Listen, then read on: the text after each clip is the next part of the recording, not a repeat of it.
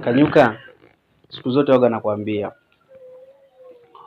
Uhindu, Buddha, Ukristu, Uislamu, Usiki na kadhalika, hizo zote ni dini ambazo zinatusafisha kwenda njia moja. Yaani ni sawa tu na kwamba mtu kapanda basi ya Katarama, kapanda basi ya Abudi, mwingine kapanda basi labda ya Yehova, mwingine kapanda labda basi ya Arizi, mwingine labda Takbiri, New Force na kadhalika. Kwa lengo la hizi basi zote ni safari ambayo tunayokwenda. Let's say labda tunaenda Dar es Salaam.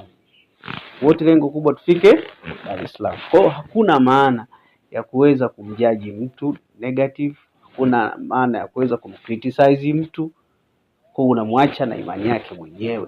Kwa sababu kama lengo lake ni kufika Dar es Salaam, haina haja ya kumjaji. Itategemea tu kwamba amepanda basi gani ambalo ni changamoto njiani. Wewe kama umepanda basi lenye changamoto njiani, obvious majanga lazima yawepo mpaka kwenda kufika kule. Lakini pia tunategemeana. Kama umepanda Yehova VIP, mimi nimepanda kawaida, tunategemeana. Safari sidhani kama zizo zikawa zote zina raha zinazofanana. Kwa haziwezi kufanana kwenye hiyo raha ambayo tunaoipata.